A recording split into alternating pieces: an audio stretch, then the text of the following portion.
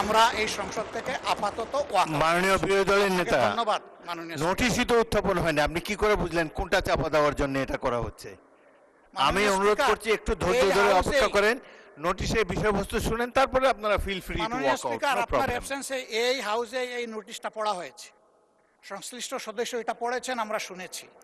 এই জন্য আমরা বুঝে শুনেই বলছি যে এই দুই কারণেই আমরা এখন ওয়াকআউট করছি। আপনাকে ধন্যবাদ। নিশ্চয়ই সংসদীয় রীতি অনুযায়ী আপনারা ওয়াকআউট করতে পারেন, ফিল ফ্রি।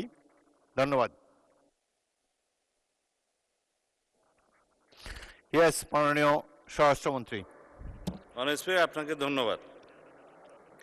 মাননীয় বিরোধী দলীয় নেতা ওয়াকআউট করতে চেয়েছেন, পার্লামেন্টারি কালচারে সেটা আছে, রাইট আছে, তারা ওয়াকআউট করতে পারেন। কিন্তু যে কথাগুলো রেকর্ডেড হয়ে গেল তার বিপরীতে আমাদের বক্তব্যটা 1-2 মিনিট রেকর্ডে থাকা ভালো। যে মুলতবি প্রস্তাবটা আপনার অনুপস্থিতিতে মাননীয় ডেপুটি স্পিকার প্রিজাইড করেছেন, উনি গ্রহণ করেছিলেন, তখনই আমি আপত্তি উত্থাপন করেছিলাম যেটা 68 বিধিতে হতে পারে, কিন্তু মুলতবি প্রস্তাব যে রুলস অফ প্রসিডিওর আছে তার মধ্যে আপনি রাইটলি আইডেন্টিফাইড করেছেন, সেটা আমি আগে উত্থাপন করেছি। যে বিষয়টি আইন প্রণয়নের মাধ্যমে নিষ্পত্তি হতে পারে সেরকম কোনো বিষয় মুলতবি প্রস্তাবে আলোচনা করার বিধান নাই। এটা আপনাদের উদারতা, আর হাউজের অভিভাবক হিসাবে জাতীয় গুরুত্বপূর্ণ ইস্যু হিসাবে উত্থাপিত হয়েছে, আপনি আলোচনার জন্য রেখেছেন এবং সেটা 2 ঘন্টা আলোচনার জন্য সময় নির্ধারিত হয়েছে, উভয় পক্ষে আলাপ আলোচনা হয়েছে। কিন্তু এটা যেহেতু বিধি বহির্ভূত এবং আলাপ আলোচনা হয়ে যাওয়ার পরে পার্লামেন্টের প্র্যাকটিস হচ্ছে ইট ইজ টকড আউট, আলোচিত হয়েছে, সুতরাং আলোচনার পরে নিষ্পত্তি কী হবে সেজন্য ভোটাভুটি দেওয়ার কোনো বিধান নাই। শুধুমাত্র মুলতবি প্রস্তাব উত্থাপিত হবে কি না, উত্থাপিত হবে অথবা হবে না তার উপরে ভোটাভুটির বিধান আছে।